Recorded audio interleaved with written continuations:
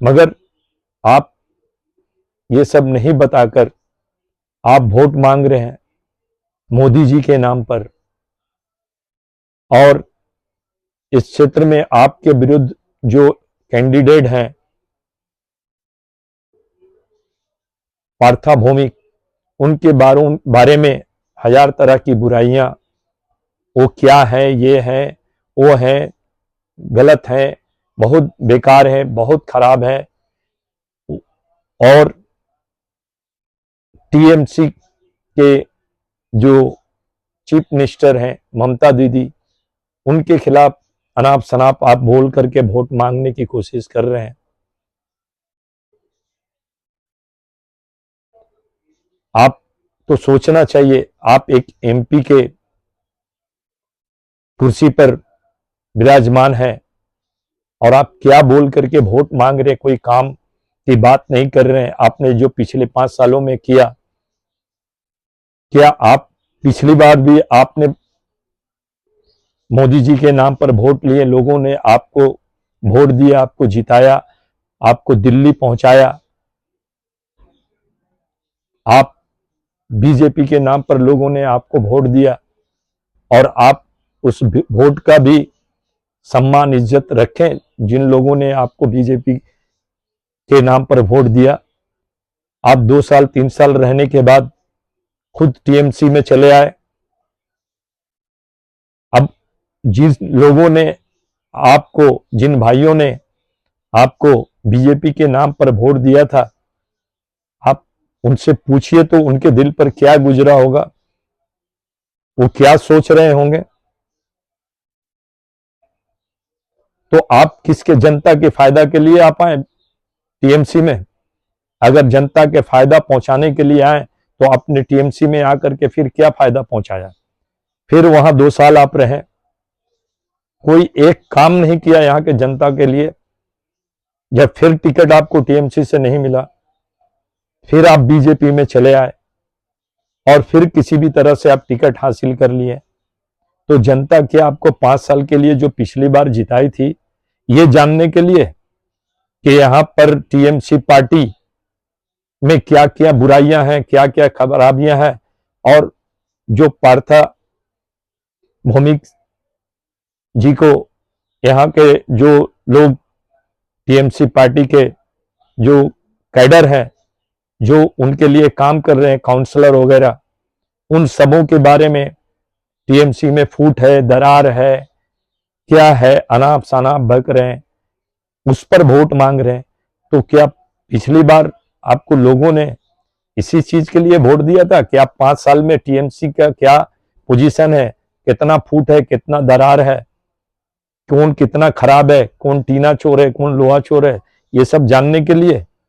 और फिर आप जब बीजेपी में आए, टिकट हासिल किए, तो आप काम की बात कीजिए ना, कोई कॉन्क्रीट बात कीजिए जिससे यहाँ के लोगों को फायदा पहुंचेगा, यहाँ के बच्चों को रोजगार मिलेगा, यहाँ के एजुकेशन की उन्नति होगी। इसकी बातें नहीं कर रहे हैं आप 12 तारीख को हमारे पीएम मोदी जी को बुलाएं, उन्होंने क्या जहर उगला,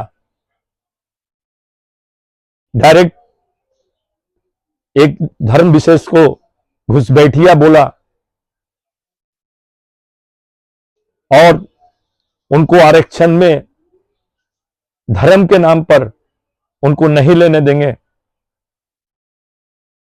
एनआरसी का, सीएए का डर दिखाया कि हम आएंगे तो सीएए करवाएंगे, एनआरसी करवाएंगे। आप भी बहुत सारी जगह पर इन सब बातों को बोल रहे हैं।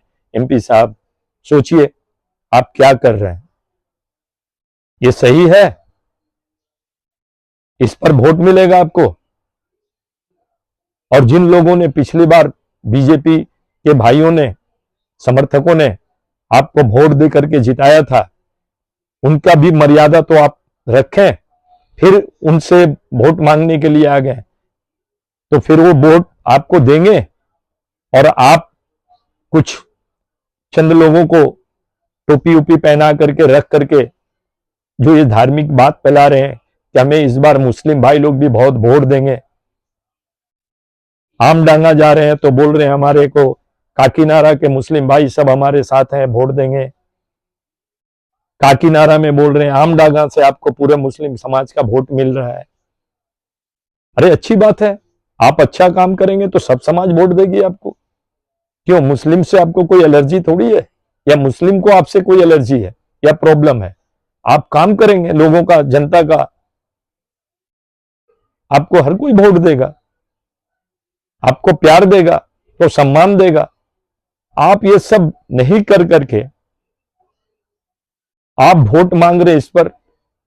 मोदी जी, मैं कोई गलत बात नहीं बोल रहा हूं, रिकॉर्ड है जो यहां पर जो उन्होंने बोल करके गए, वो क्या बीजेपी के ही सिर्फ प्राइम मिनिस्टर हैं या पूरे देश के हैं?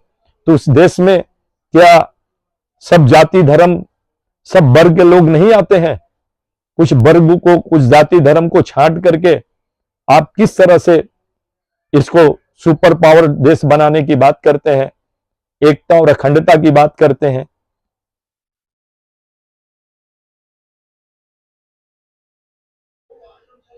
इस इलाके का क्या पोजीशन है, किस दौर से गुजरे, यहाँ के कारोबारियों का क्या हालत है, हमारे काकीनारा बाजार का क्या डेवलपमेंट, क्या उन्नति हुआ है, आप खुद की इस इलाके का कुछ ब्यूटिफिकेशन, कुछ मतलब अच्छी तरह का सड़क, रास्ता, बाजार, कोई बिजनेस हब, कोई एजुकेशन हब, ये सब कौन सोचेगा?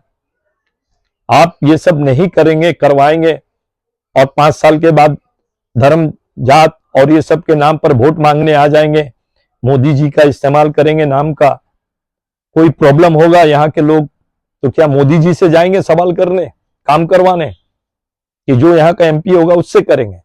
और ये सवाल जो काम का है, अभी जो कैंडिडेट खड़ा हुए हैं उनसे तो हम लोग नहीं कर सकते हैं, या कोई भी नहीं कर सकता है। जब वो जीत करके आएंगे नेक्स्ट टाइम, अगर वो काम नहीं करेंगे तो उनसे भी ये सवाल हम लोग पूछेंगे, और कोई पूछे नहीं पूछे, मैं तो जरूर पूछूंगा। तो आप बताइए, आपको क्यों वोट दिया जाए? क्यों इस इलाके के लोग आपको वोट दें और फिर से जिताएं?